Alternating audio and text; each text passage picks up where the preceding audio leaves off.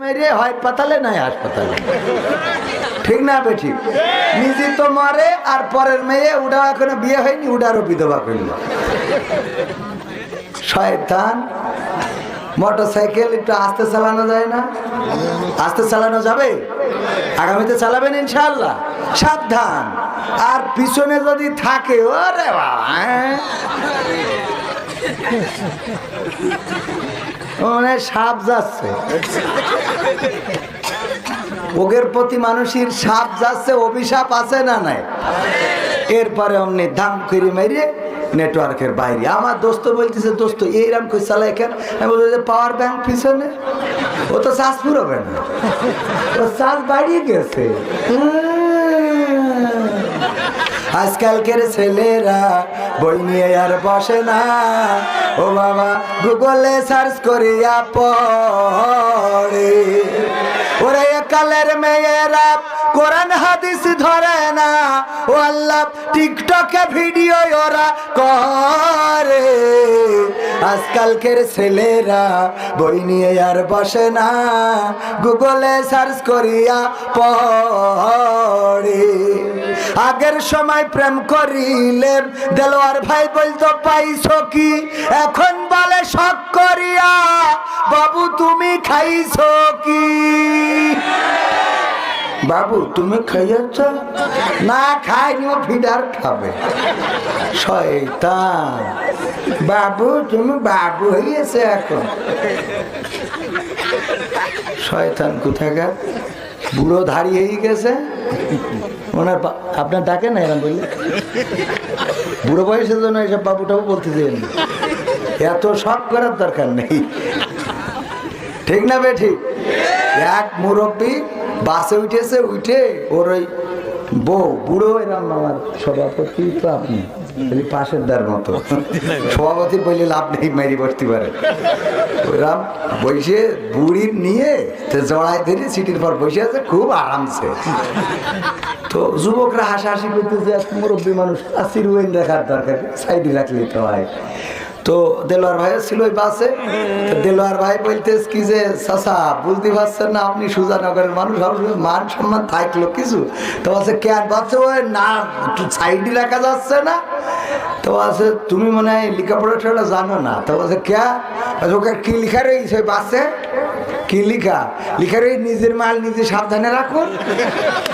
তা আমি সাবধানে রাখবো না, তোমার কাছে ছাড়িয়ে দেবো ভাই চাও?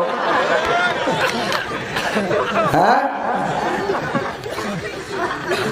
আগের সময় প্রেম করিলে মুরব্বীরা বলতো পাইছো কি, এখন বলে শখ করিয়া বাবু তুমি খাইছো কি? লজ্জা শরম নাই, আইলাম কোন জামানাই, লজ্জা শরম নাই, আইলাম কোন জামানাই, ভবিষ্যৎ দেখি অন্ধকারে। আজকালকের ছেলেরা বই নিয়ে আর বসে না, ও বাবা মুখ গুগলে সার্চ করিয়া পড়ে। নতুন করে হয়েছে চালু এখন আবার কন্টেন্ট, পরিচয় করাই দেখি এই আমার গার্লফ্রেন্ড। আছে না নাই? নতুন করে হয়েছে চালু এখন আবার কন্টেন্ট, পরিচয় করাই দেখি এই আমার বয়ফ্রেন্ড। শরমের মাথা খাইয়া গেছে ওরা পাগল হইয়া, শরমের মাথা খাইয়া গেছে সব পাগল হইয়া, ভবিষ্যৎ দেখি অন্ধকারে। আজকালকের ছেলেরা বই নিয়ে আর বসে না, ও বাবা মোবাইলে সার্চ করিয়া পড়ে। ওরে পাবনার মেয়েরা, সবাই না অনেকেই, পাবনার মেয়েরা এই আল্লাহর কোরআন পড়ে না, ও আল্লাহ টিকটকে ভিডিও ওরা করে। আজকালকের ছেলেরা বই নিয়ে আর বসে না, গুগলে সার্চ করিয়া পড়ে। কথা ঠিক না বেঠি? এখন যদি কিছু খোঁজেন সাথে সাথে বলে দাঁড়া দোস্ত গুগলে খুঁজে দেখি গুগল মামা কি বলে, ওখান থেকে সমাধান নিয়ে নেয়।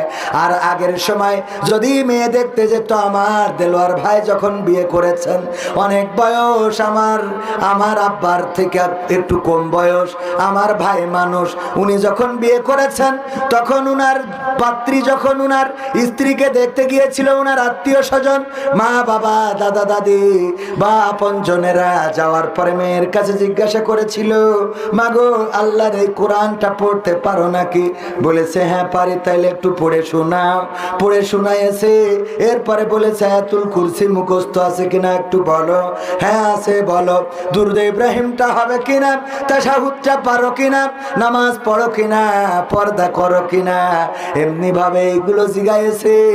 আর এখন উনার ছেলের বিয়ে দেবে, উনার আর জাতি দেয় না, আমাদের মতো ইয়াং হুজুর নিয়ে যায় জিজ্ঞেস করতে হয় মেয়ের কাছে যে হ্যাঁ ভাবি আপনার টিকটক আইডিতেই ফলোয়ার কতজন?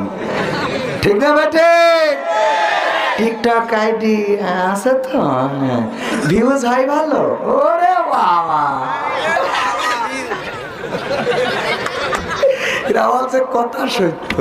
এই সত্যি বলছে না মিথ্যা বলছে? সমাজটা কোথায় গেছে আপু? ফেসবুকে ফ্রেন্ড ফলোয়ার কত আছে?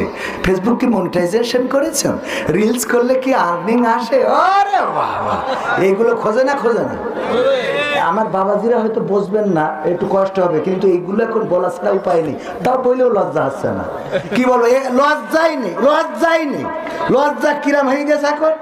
আমাদের মাহমুদুল হাসান জিহাদি বলছে মাহফিল করে যাচ্ছি, দেখি যে একজন রাস্তার পাশে বসে প্রাকৃতির কাজ সারতেছে।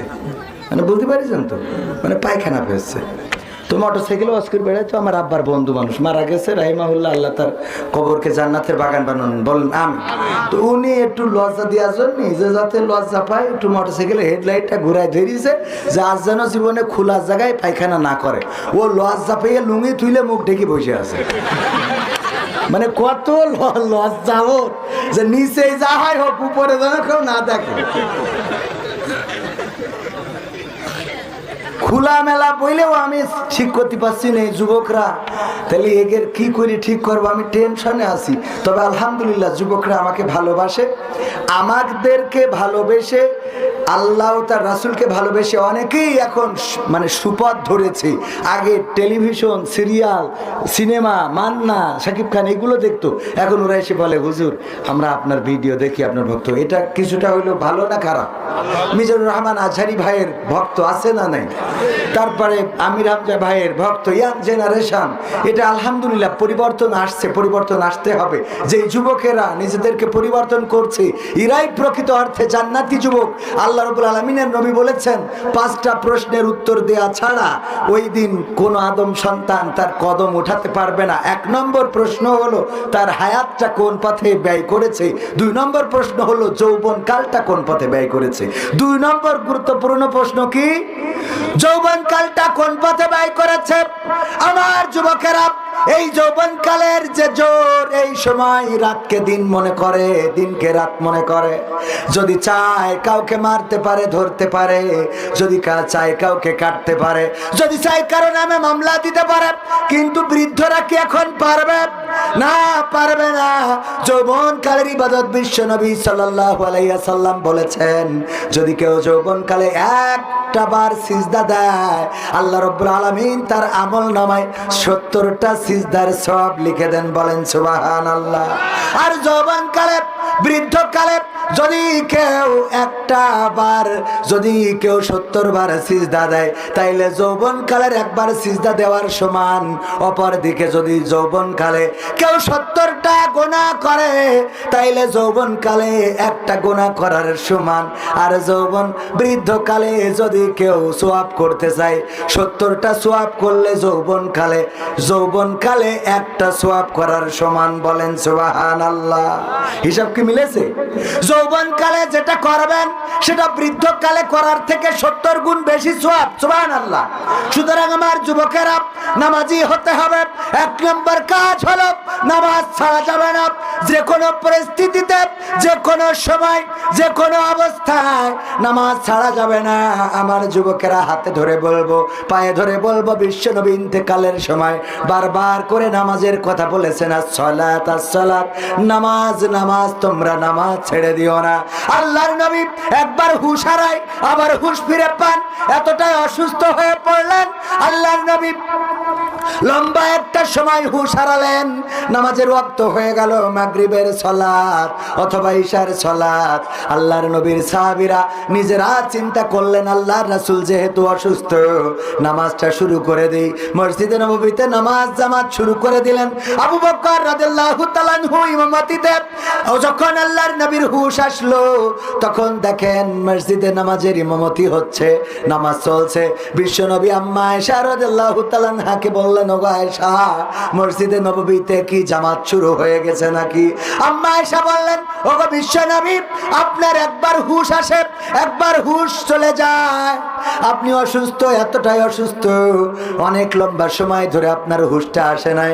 নামাজের ওয়াক্ত চলে যাচ্ছে, এই চিন্তায় আমার বাবার অনুমতিতে, আমার বাবার ইমামতিতে সাহাবীরা নামাজে দাঁড়িয়েছেন।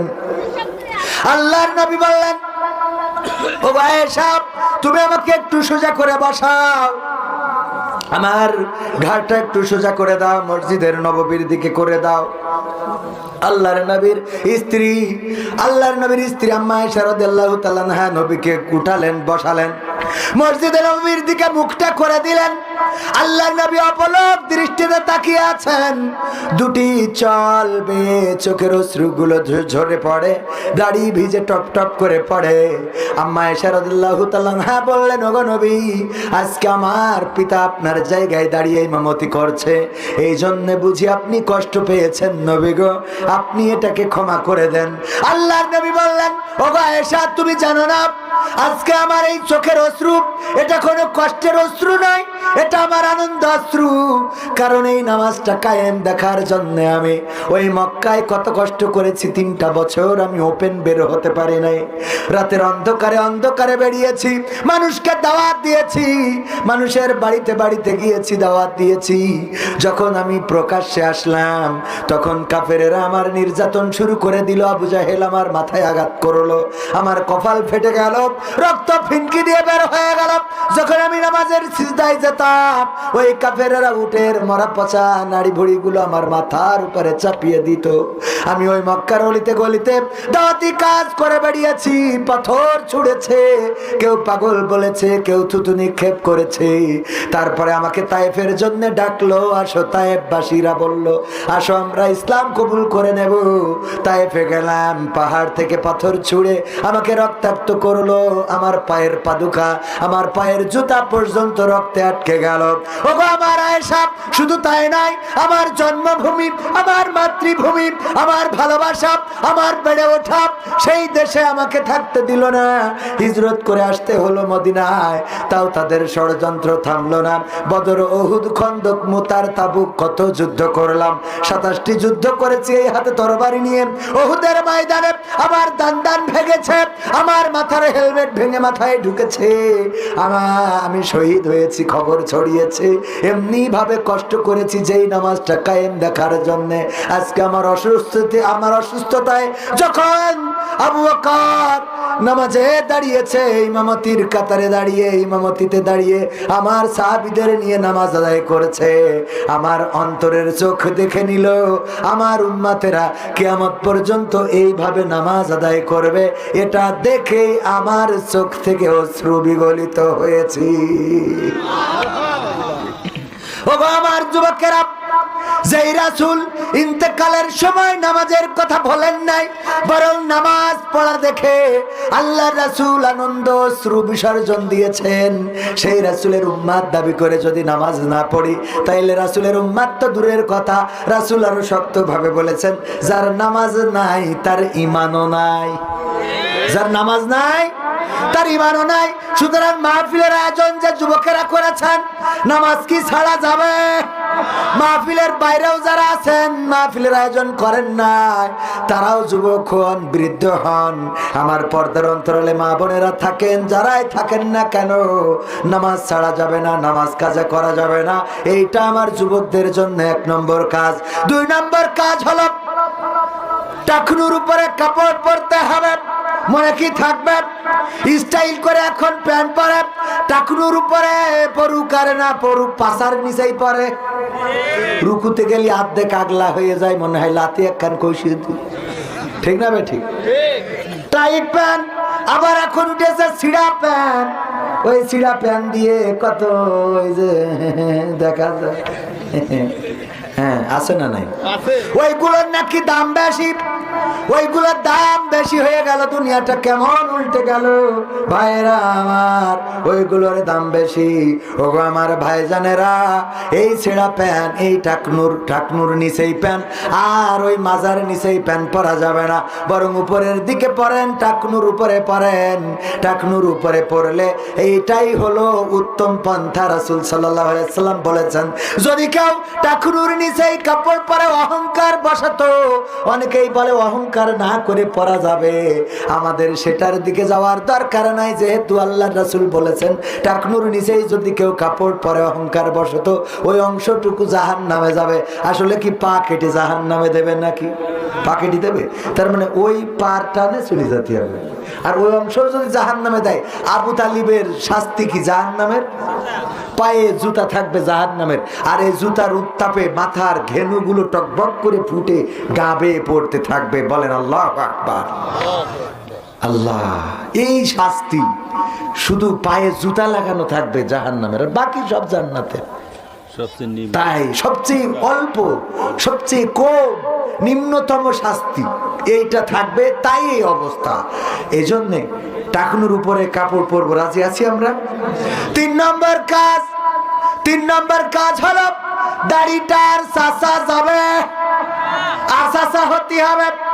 দাড়ি আর কাটা যাবে না, দাড়িটারে সংরক্ষণ করতে হবে, শেভ করা যাবে না, সেভ করতে হবে। দাড়িটারে সেভ করবেন আমার ভাইয়েরা, এইটা হলো 3 নম্বর কাজ। 4 নম্বর হলো সৎ কাজের আদেশ দেব। 5 নম্বর কাজ হলো অসৎ কাজে বাধা দেব। এই 5টা কাজ দিলাম। কয়টা কাজ বলেন? 1 নম্বর কি? নামাজ। 2 নম্বর টাকনুর উপরে কাপড়। 3 নম্বর কাজ হলো দাড়িটাকে সংরক্ষণ। 4 নম্বর কাজ অসৎ কাজের আদেশ। আর 5 নম্বর কাজ হলো অসৎ কাজে বাধা দিয়া। এই 5টা কাজ যদি কেউ করেন, আজকের এই আলোচনা শোনার পর থেকে আল্লাহর কসম করে বলি, দুনিয়ার জীবনটা বদলে যাবে, আর পরকালীন জীবনটা মুক্তির হয়ে যাবে। বলেন সুবহানাল্লাহ। করা যাবে না, কঠিন কাজ নাই। যারা স্মার্ট হতে চায়, চুলের কুত্তা কাটিং দেয়, আছে না নাই? তারপরে কিছু অংশ লাল করে ঘোড়ার লেজের মতো, তারপরে ওই চুল খালি ঝাড়া মারে মির্গের মতো, আছে না নাই? আরে বাবা, স্টাইল কি! আগের সময় যদি কেউ চিকনা থাকতো, আমার দেলোয়ার ভাই বলতে, তুই কি কিছু খাস না নাকি, এত চিকনা হয়ে যাচ্ছিস কেন? আর এখন যদি কেউ চিকনা হয়, দেলোয়ার ভাই কয়ে, কিছু খাওয়া ধরেছিস নাকি? তার মানে এখন খাইলে চিকন হয়। আলহামদুলিল্লাহ, এগুলো বোঝার দরকার আছে না নাই? এখন এইগুলো খাচ্ছে, ঠিক হচ্ছে না। ও আমার ভাইরা, ওইগুলোর ধারের কাছেও তো যাওয়া যাবে না। ফ্রি ফায়ার খেলা যাবে না, পাবজি খেলা যাবে না, মোবাইলে বেশি সময় কাটানো যাবে না। আমি বলি, আমার কোনো কন্টেন্টও যদি মোবাইল না চালিয়ে, আমার কন্টেন্ট যদি না দেখেন, আমি খুশি হব। আমার কন্টেন্ট শুধু তাদের জন্য যারা মোবাইলের আসক্তি ছাড়তে পারে না, তাদেরকে আমরা কোনো না কোনো বিনোদন দিয়ে একটু টিকাইয়ে রাখতে চাই, যেন ওরা অন্তত পরিমণি, লাইলি, মজনু, তারপরে ওই যে ঐশ্বরিয়া রায়, কারিনা কাপুর আর ওই মন্দ না, এইগুলো যেন না দেখে বেড়ায়, ওরা যেন অন্তত আমাদের দেখে। ঠিক না ভাই? ঠিক। খারাপ কাজ থেকে কোনো না কোনো ভাবে ব্যস্ত রাখা, ও অন্তত ওইগুলো বাদ দিয়ে এইগুলো করুক। এগুলো করার দরকার আছে না নাই? তুমি যার লাগিয়া এমবি ভরো, তার তো বাটন ফোন। ওরে কেমন করে বুঝবে গো সে, কেমন করে বুঝবে গো সে, ডিজিটাল তোর মন তুমি যার লাগিয়া, তুমি যার লাগিয়া এমবি ভরো তার তো বাটন ফোন। মেসেজ দিলে সিন করে না, দেয় না তো রিপ্লাই, ভিডিও কলে বলবা কথা ক্যামেরা তার নাই রে, ক্যামেরা তার নাই। কথা ঠিক আছে? মেসেজ দিলে সিন করে না, দেয় না তো রিপ্লাই, ভিডিও কলে বলবা কথা ক্যামেরা তার নাই রে, ক্যামেরা তার নাই। ওরে ডিজিটাল এই যুগ জামানাই, ডিজিটাল এই যুগ জামানাই, অ্যানালগ তার মন তুমি যার লাগিয়া, তুমি যার লাগিয়া এমবি ভরো তার তো বাটন ফোন। প্রেম প্রীতি ভালোবাসা বিয়ের আগে নয়, ঠিক না বেঠে? এই কথা বলবো বুঝলে তো এতক্ষণ ওই কথা বললাম, কথা বোঝেননি? প্রেম প্রীতি ভালোবাসা বিয়ের আগে নয়, মনের মধ্যে রাখো যুবক আল্লাহ তাআলার ভয় রে, পরকালের ভয়। প্রেম প্রীতি ভালোবাসা বিয়ের আগে নয়, মনের মধ্যে রাখো যুবক আল্লাহ তাআলার ভয় রে, পরকালের ভয়। ওরে তবেই তুমি মুক্তি পাবা, তবেই তুমি মুক্তি পাবা দোজখের আগুন তুমি যার লাগিয়া, তুমি যার লাগিয়া এমবি ভরো তার তো বাটন। এই কথাগুলো আমি বিনোদন দিয়ে কেন বলি? আমি আমার যুবককে বুঝাতে চাই প্রেম প্রীতি বিয়ের আগে করা যাবে, বিয়ের আগে করা যাবে না, আবার বিয়ের পরেও নিজের বউয়ের বাইরে করা যাবে না, যাবে না। এই কথাগুলো বলার জন্য সুরে সুরে এই কথাগুলো বললাম, কারণ আমার যুবকেরা গান শোনে তুমি যার লাগিয়া কি করো তুমি গাথরে সখী, হ্যাঁ বকুল ফুলের মালা, হ্যাঁ আমার হুজুর তুমি কার লাগিয়া গাথরে সখী বকুল ফুলের মালা। ওরে তারপরে মনে নেই, যা হয় হোক ও আমার ভাইরা, এই যে গান, গানের সুরে কেন গাইলাম? আমার অনেকের অনেক মানুষ আছে গান পছন্দ আছে না নাই? কথা কয় না, আছে না নাই?